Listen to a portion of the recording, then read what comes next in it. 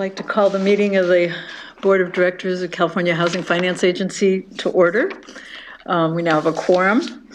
If you would please call the roll. Ms. Avila-Frias. Here. Mr. Brown for Mr. Chung. Vince Brown for Treasurer Chung. Ms. Gallagher. Ms. Gunn. Here. Mr. Metcalf. Here. Mr. Hunter. Here. Ms. Ohegbu. Here. Ms. Ortega. Here. Ms. Boatman-Patterson. Here. Ms. Falk. Here. We have a quorum. Thank you very much. So our first item, item number 2, is approval of the minutes of the March 13th, 2017 Board of Directors Policy Retreat Meeting. Can I have a motion? I move that we approve the minutes from our board. Thank you. Second, Mr. Metcalf. If you call the roll, please. Ms. Avila-Frias. Yes. Mr. Brown. Aye. Ms. Gunn. Aye. Mr. Hunter. Yes. Mr. Metcalf. Yes. Ms. Ohegbu. Yes. Ms. Falk. Yes. The motion passes for the minutes. Our next item, number 3, is the approval of the minutes of the March 14th Board of Directors meeting. Is there a motion to approve? I move to approve Ms. the minutes from the March 14th meeting. Thank you, Ms. Avila-Frias. Second. Second, Mr. Brown. Call the roll, please. Ms. Avila-Frias. Yes. Mr. Brown. Aye. Ms. Gunn. Aye. Mr. Hunter. Aye. Mr. Metcalf. Aye. Ms. Ohegbu. Aye. Ms. Falk. Aye. The motion passes for the 3/14/17 minutes. And our third set of minutes, item number 4, for the approval of the minutes of the April 13th, 2017 Board of Directors meeting. Motion to approve. So moved. Thank you. Second, Ms. Gunn. Call the roll, please. Ms. Avila-Frias. Yes. Mr. Brown. Aye. Ms. Gunn. Aye. Mr. Hunter. Abstain. Mr. Metcalf. Aye. Ms. Ohegbu. Aye. Ms. Falk. Abstain. We do not have enough to pass this motion. Okay, well, do we put it, we'll put it on the next You'll put it on the agenda next. for the next meeting. Okay, item number 5, does the executive director have some comments? Yes. I'd like to announce that Melissa Flores has joined the executive office as the Assistant Director of Board Relations and Executive Communications. One of the things that I heard loud and clear from the board is that you'd like to facilitate better communications between events that which you can participate in, and because we want to realign some capacity and make sure that the board materials and agendas and things are brought within the executive committee. Melissa's going to be stepping in to supervise executive office staff and help that come to pass. So we're very pleased about Melissa taking on those responsibilities. There was an Ocean View Senior Housing grand opening. You all may remember Ocean View was one of our first multifamily projects. It was absolutely stunningly beautiful, so I was happy to attend the Ocean View Senior Housing grand opening. Tony and I have continued to facilitate our partnerships with local government and looking for ways in which we can facilitate the financing of multifamily. We have met with the City of San Jose and the City of Los Angeles. Those meetings went very well. We also attended the National Housing and Rehabilitation Association Developers Forum earlier this week, and we will be attending the CSAC board meeting and the CCAH, which is the California Council of Affordable Housing Conference next week, to continue to talk about our multifamily lending programs. Last month, I was in Washington, D.C. for the Fannie Mae Advisory Housing Council meeting. The duty to serve has now been rolled out, and comments are being accepted about the duty to serve. There are three main goals of the government-sponsored enterprises: rural housing, manufactured housing, and the preservation of affordable housing. So we'll be making sure that we continue to engage on those affordable housing goals and those duty to serve rules.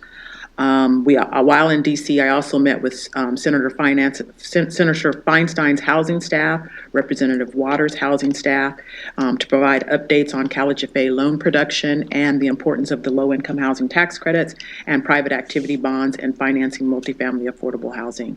And lastly, I met with Barbara Thompson of NCSHA while I was back in Washington, D.C. So that's all I have. Thank you. Any questions or comments from the board? Okay, we'll move on to item number 6, discussion, recommendation, and possible action regarding the final loan commitment for the Oak Creek family apartments.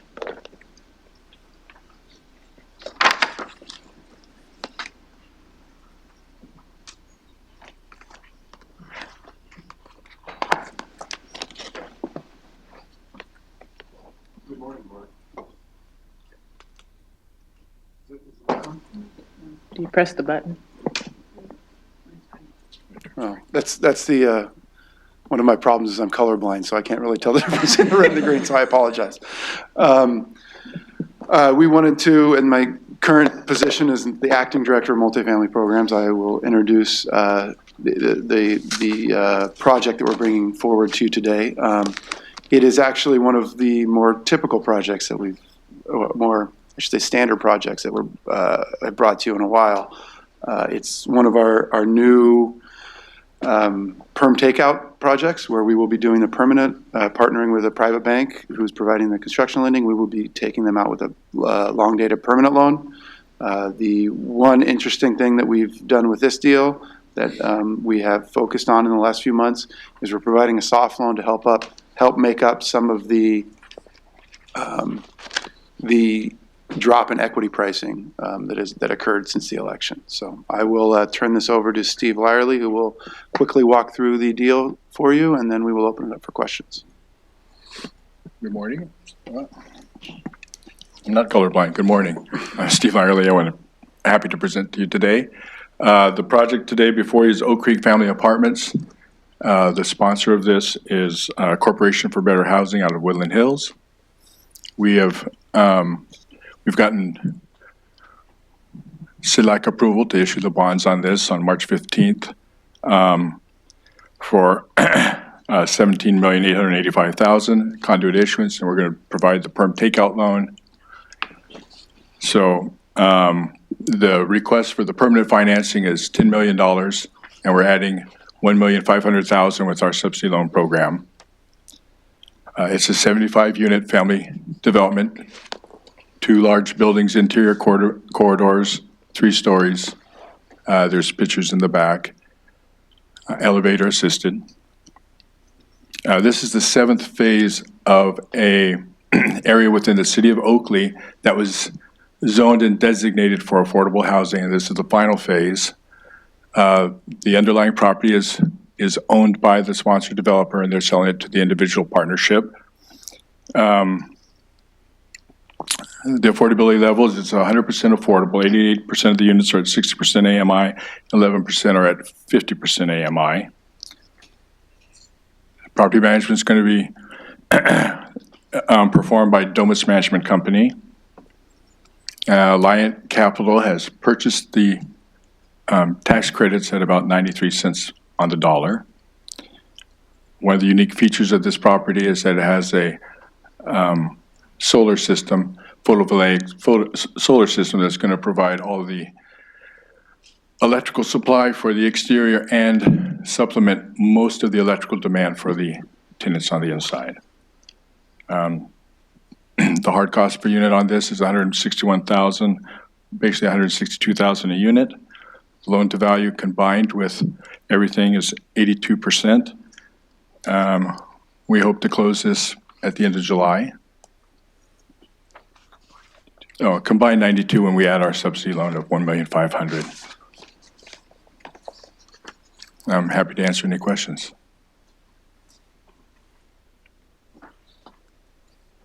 Okay, are there any questions about the project? No? Okay, well, I have two, actually. I noticed that the subsidy loan is restricted at 80% of AMI, whereas all the other loans are at 50 and 60. Why is our subsidy loan have such high income thresholds? That's the standard that we agreed upon for our subsidy financing. It will all be overridden by the tax credit restrictions, which are on for Right. 55 years. So I think it wouldn't change the project at all if we restricted it at 50 or 60. It's just we have there's actually one good reason why we don't restrict it.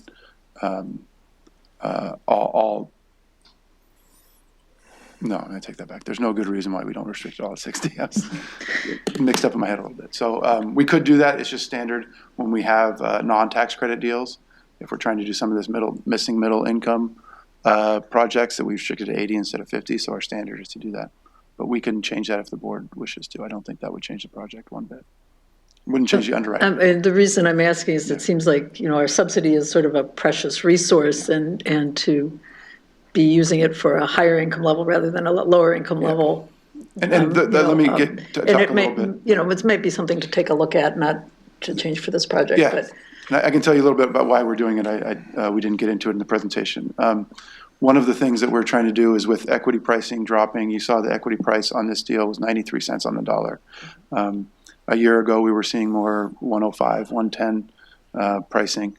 So what we're doing is we're bridging that gap a little bit with our Right. equity pricing. A lot of the deals have inflators where if the tax rates don't change in 3 to 5 years, then the equity investor will put in more money. That money will come to us to pay down this equity loan first. That's- So yeah, that's sort that's of the a way it unique should be. structure we've put together. Okay. Also, interest rates are going up. My second question was most of the rents in this property seem to be at 60% of AMI, and I was wondering how that compared to the market rents in the area. How it compared to the market? In the area. I mean, in some, Yeah. in lots of areas, especially in sort of central California, the market rents are at 60% of AMI. So is this, Yeah. is this basically a market rate project, or, that's the question. No, the market rents in the area, in our financial analysis in the back, it shows that the 50% market rents are hover between 60 and 70% our restricted rents hover around 60 to 70% of the market rents. At 60 AMI, it's from 70 to 87%, Okay, depending on the unit size. thank you. Any other questions?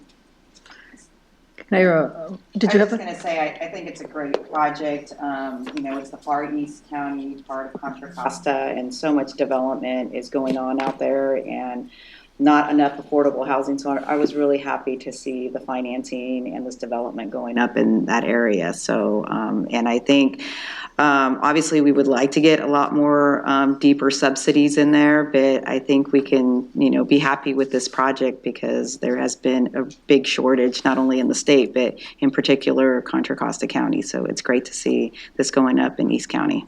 And I know this is your local area. It is. And expect to see a few more deals coming through from. Oh, that's very exciting, music to my ears. Good, yeah. Okay, is there a motion to approve?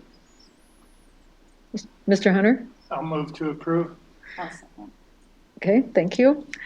Would you call the roll, please? Ms. Abalá-Frias? Yes. Mr. Brown? Aye. Ms. Gallagher? Ms. Gunn? Mr. Hunter? Aye. Mr. Metcalf? Aye. Ms. Ohapu? Aye. And Ms. Falk? Aye. We have a quorum. Resolution 1713 passes. Thank you very much. Thank you. Thank you. So we'll move on now to item number 7, which is discussion, recommendation, and possible action to adopt our strategic business plan and the proposed operating budget for fiscal year 2017-18. Mr. Kavir?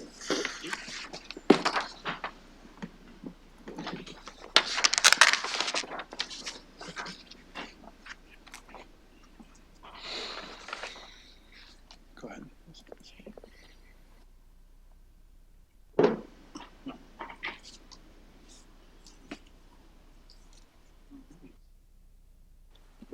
Okay. Good morning, Chair Falk and members of the board. I'm Don Kavir, the Chief Deputy Director of the agency, and this morning staff is requesting approval of the 2017-18 business plan and operating budget. The business plan and operating budget were developed over the last several months after a series of senior management business planning offsites and a series of budget meetings in which we analyzed performance data, vetted new initiatives, and ensured that our budget proposals aligned with the goals and initiatives outlined in our business plan. In March, the board participated in a policy workshop in which staff provided board members with an update on the agency's mid-year performance under the current business plan and operating budget, and we solicited feedback from the board on possible new initiatives for the coming year. The proposal before you this morning incorporates the feedback and ideas provided by the board during those meetings.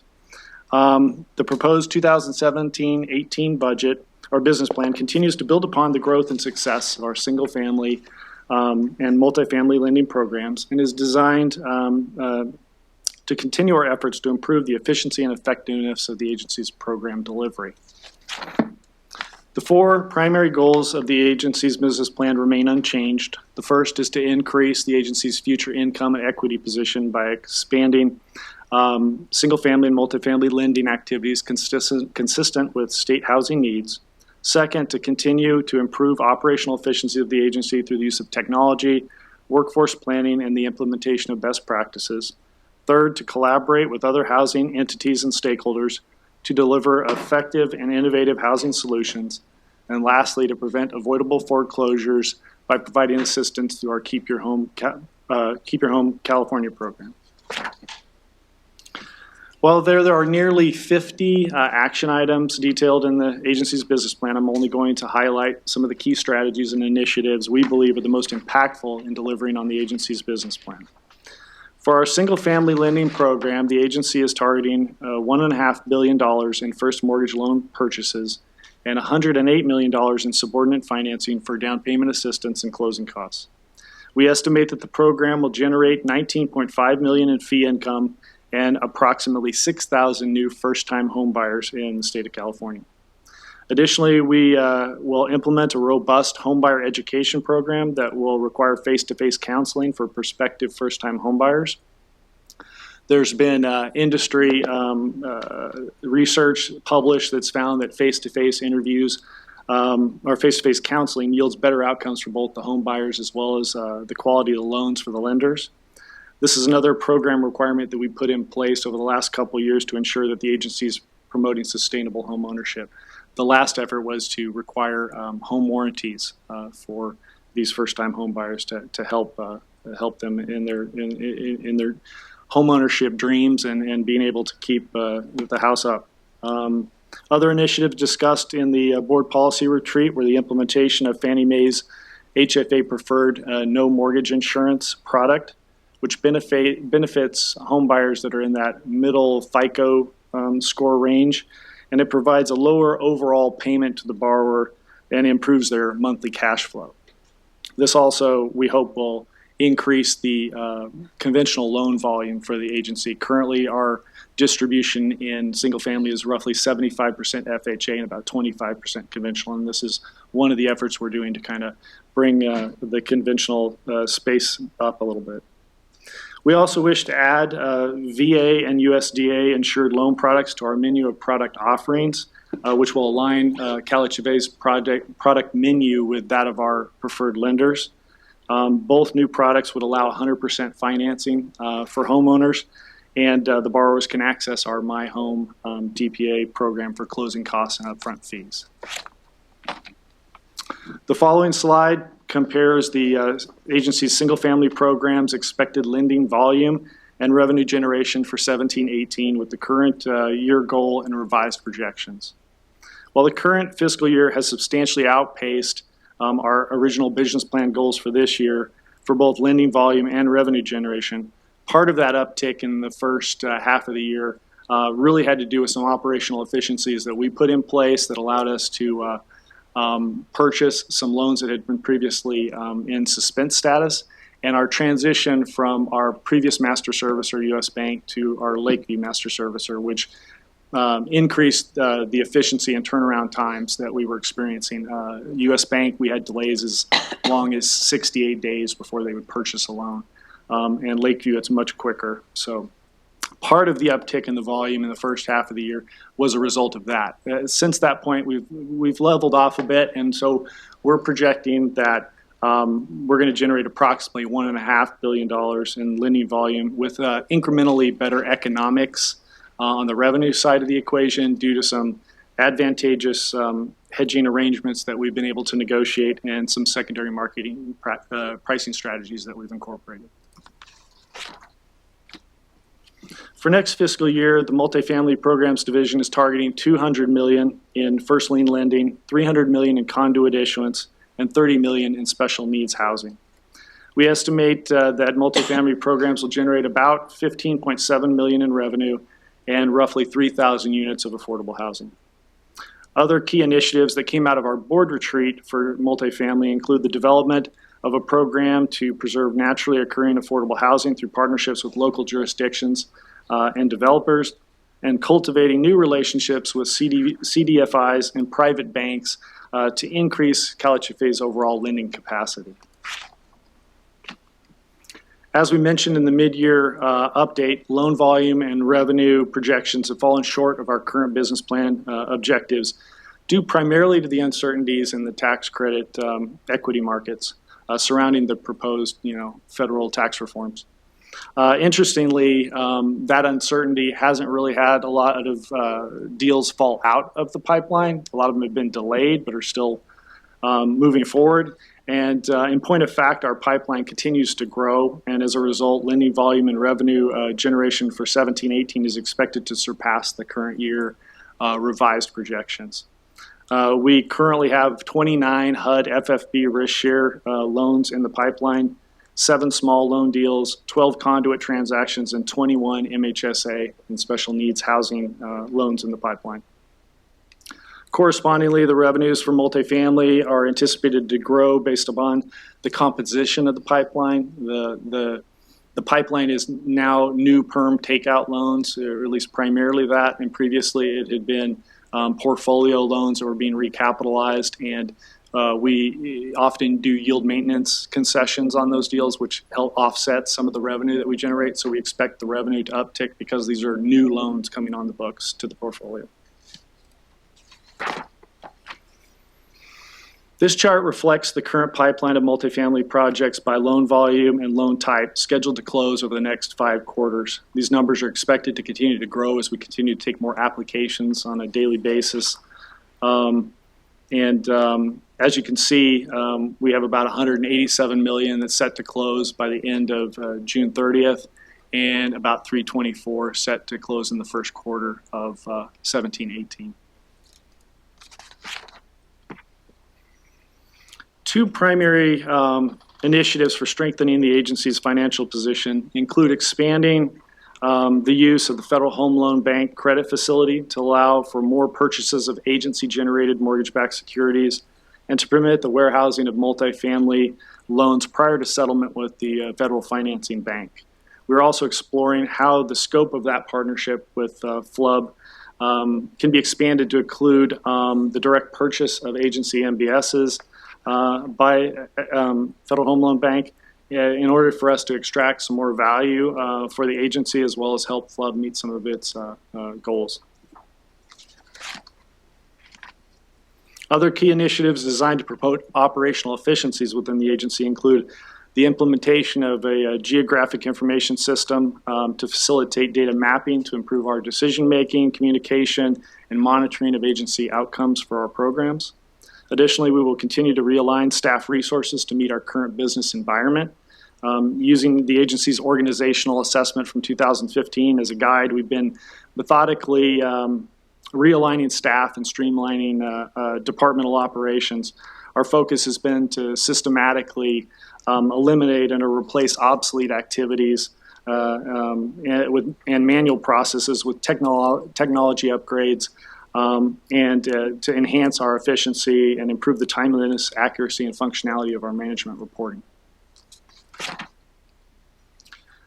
CalHFA has both existing and evolving partnerships with federal agencies, GSEs, commercial banks, CDFIs, local governments, and other state partners. In addition to our recent participation on the development of the statewide housing assessment and the No Place Like Home initiative, CalHFA partners with HCD on the HUD 811 and Home TBRA programs, and we expect that collaboration and partnership to continue in the coming fiscal year. As discussed in our board workshop, CalHFA also intends to pursue the development of an accessory dwelling unit program in collaboration with localities and try to assess how best CalHFA can participate in any new changes that the GSEs put in place regarding the treatment of manufactured housing that's coming out of their duty to serve initiative at the federal level. Finally, we believe that it is critical to the success of our lending programs to maintain strong relationships with U.S. Treasury and HUD to support the continuation of the HUD FFB risk share program and to proactively engage localities, especially those that have issued housing bonds, to form partnerships that increase opportunities for us to create more affordable housing. Regarding our Keep Your Home California program, our 2017-18 goals are to assist approximately 8,700 home buyers and disperse approximately $300 million of the hardest hit funds. To date, the program has expended $1.7 billion of the $2.1 billion allocated to the program, and it has assisted 79,762 homeowners to date. Staff expect to have 96% of the funds expended by the end of next fiscal year. That concludes my overview of the business plan. Are there any questions before I move to the operating budget? Any questions from the board? Okay, thank you very much. Should we take a vote on this, or do you want to? No, we can vote all it as one. I'm sorry? You can vote on it all as one. Okay. With the above business plan in mind, we developed our operating budget to support the initiatives and goals that are outlined in the business plan. And the following chart provides a summary of the estimated resources for 17-18 and how those resources will be deployed. Agency resources are generated primarily from loan origination fees, loan repayments, and interest income. For 17-18, resources are expected to be $77.5 million. While the agency still has some reliance on legacy resources to cover operational costs, the rapid growth of our lending programs is steadily changing that dynamic. Fee income from our single-family lending has grown really quickly as we've approached nearly $1.8 billion in loan production. And as we discussed earlier, we're also seeing the market embrace the agency's new FFB risk share product. And conduit issuance program is doing well as well. This next chart reflects how new resources generated from our current lending activities are replacing our previous reliance on legacy resources. The red line in the chart represents the operating costs of the agency, and the orange and orange striped layers in the bar chart represent the income from new resource generation. To put it in perspective, if you look at 14-15, less than 10%, like 9.5%, of what we used to pay for operations was coming from new lending activities. And as of our projection through the end of this month, we believe we'll be closer to 84% now being covered by our current lending activities. So we've really narrowed this gap, and we're going to continue to forge ahead to narrow it as far as we can. I'm going to take a moment to pause right there because I want to remind the agency that for a couple of years we were relying almost solely on legacy income, and one of the instructions that we got back from the board was we really need to start looking at ways in which we can generate revenue because we're basically eating into our seed corn. And I think we have made significant progress in the last year and a half, 2 years, to get at some of the things that were very concerning to the board. For fiscal year 17-18, resources are expected to exceed operating costs by $36.9 million. Those surplus funds will be used to support future lending activities and operating costs of the agency. In order to implement and deliver on the goals and initiatives outlined in the strategic business plan, we are recommending adoption of an operating budget of $40.5 million, of which $28.9 will be used for personal services and $11.6 million for operating expenses and equipment. The proposed operating budget represents $1,150,000 or 3% decrease in appropriations compared with the prior year. The decrease in annual appropriations represents the net impact of expense reductions in salaries and benefits, professional services, and central administrative service costs. Specifically, the agency reduced salary and benefit costs by eliminating 15 full-time equivalent positions and 3.7 temporary help positions. The salary and benefit savings from these reductions were partially offset by employee general salary increases authorized by CalHFA, increased pension costs, employer-paid health care costs, etc. The strategic reduction in our staffing levels has helped hold our salary and benefit costs somewhat static despite all the heavy increases in benefit costs hitting the agency. Consulting and professional services are down 10% due to departmental realignments, which have allowed us to eliminate unneeded third-party contracts. Let's see. Okay, additionally, our central administrative services costs, which is the state's overhead allocation to the agency, has also decreased 14% due to reductions in both headcount and overall operating budget of the agency. The increase in general expense is attributable to a change in accounting treatment for administrative cost reimbursements from our mortgage insurance fund. And that's kind of it's a whole lot of detail, but previously we used to do a direct offset of expenses with that reimbursement, and now we're treating it as a revenue to the fund, and so the expense is showing up and it's bumping up the expense that you see there. The increase in facilities cost is due to the scheduled annual increase in base rent for agency facilities. Appropriations for travel and training have increased 15% respectively in order to accommodate the agency's workforce planning efforts and succession planning efforts. It's also worth noting that despite the rapid increase in pension costs, post-retirement medical benefits, and health benefits in general, the agency has managed to cumulatively reduce its operating budget by 6% since 2014-15's fiscal year.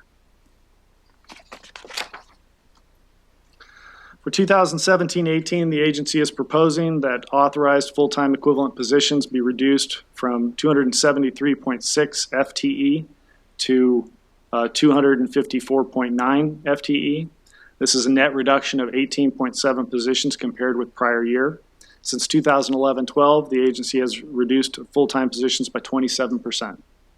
While these staffing reductions reflect strategic efforts to streamline and right-size the organization, we're cognizant of the need to attract, develop, and retain staff to deliver on our organizational goals and facilitate succession planning for the future.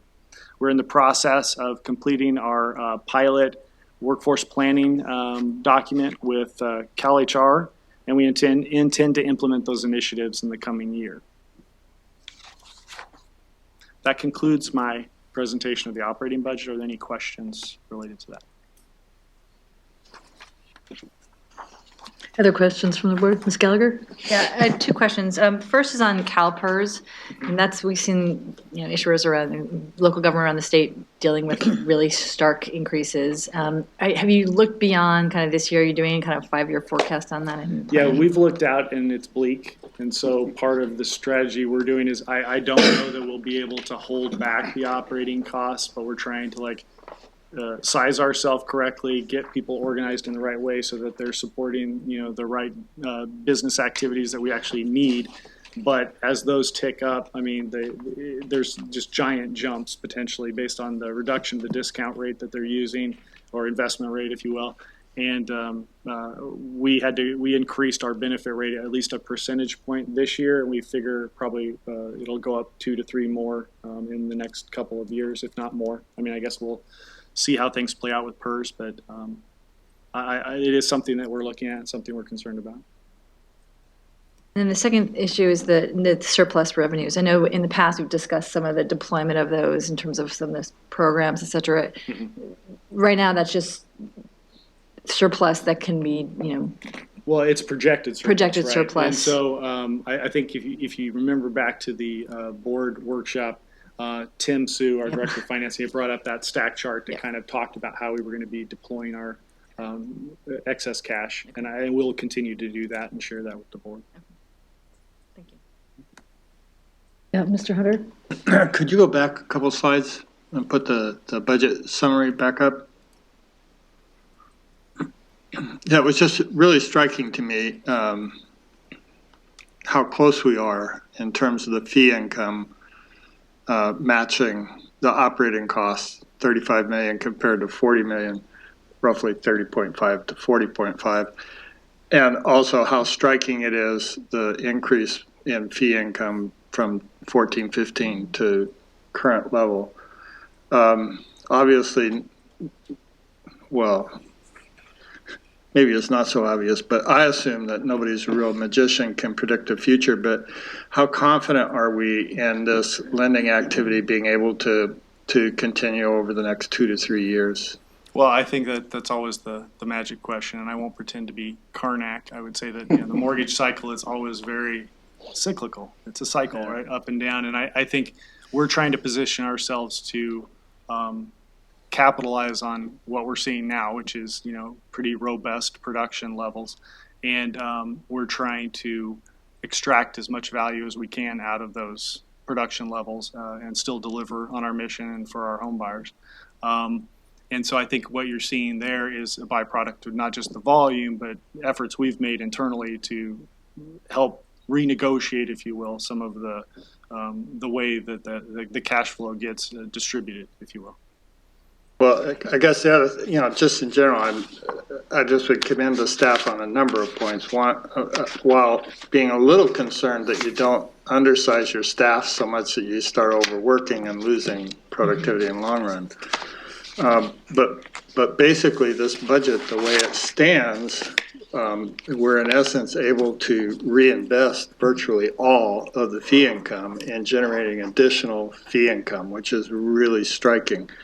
And I also just think in general, cost containment and revenue generation, the staff's obviously doing a great job, and this is just very positive in terms of the future. Mr. Brown? Yeah, along that lines, and I'm not sure if you discussed this when you had your planning sessions, but in your resource forecasting, do you run various economic scenarios to stress test it? Yeah, we do a lot of looking back each quarter and further back as well to kind of see where things are, and we're constantly monitoring the volumes of the loans that are coming in the door, and then we run stress tests to see where we're at. I actually think that I would say that we've somewhat been conservative on this estimate, in my opinion. We have some other things that we're negotiating that if they come to pass in the current year, which are part of the business plan, I actually expect if volumes were to stay the same, that we'll beat that number. So. And as a former chief deputy of director of finance, I commend you for reducing your budget and costs. That always is an eye catcher from any department. And as to the CalPERS costs, they are going to go up and they're going to jump, just given the lowering of the investment rate, no matter how they take it down, plus the demographics going the other direction. So it's very good to be cautious and conservative there. And I'm just glad we don't have any law enforcement personnel. Oh, yeah. 60% of payroll? Any other, Ms. Gallagher? On that point, do you know what the percentage of payroll is of your salary benefits? How much of it is currently the CalPERS? Oh, how much is CalPERS though? It's about 49% on average, but I would say CalPERS is probably, maybe 22, 23. She's whispering in my ear. Any other questions? I would also like to take this opportunity to commend the staff for really, I mean, when you see the trends and how the agency has moved over the last few years, it's really remarkable, and positioning the agency to be in a, move forward no matter what happens, we hope. And so thank you for a very good job. Well done.